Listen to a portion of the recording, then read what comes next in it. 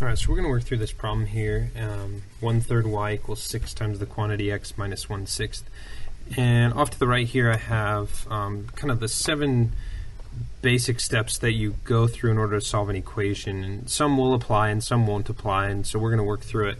But if you're wondering how to solve an equation, if you follow these steps here, you can get through most of the problems. So let's take a look here, and we'll just go through these and kind of check them off as we go. So here it says that we need to get a common denominator. If we don't have two fractions on one side, then we're good. Next we need to distribute. So let's take this 6 and distribute it through here.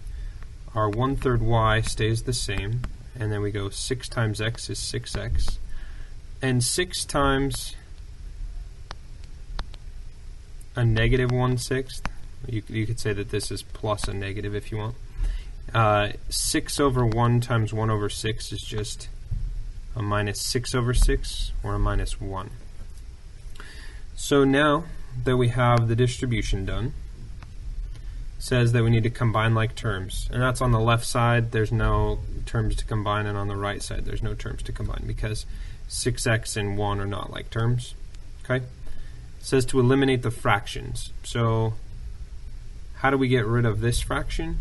Well, since we are multiplying by 1/3, the inverse is to divide by 1/3. So if you do it to one side, you have to do it to the other.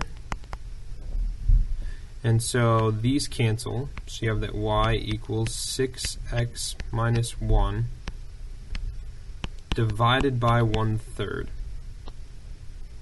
So dividing by 1/3 is the same as multiplying by its reciprocal, 3 over 1.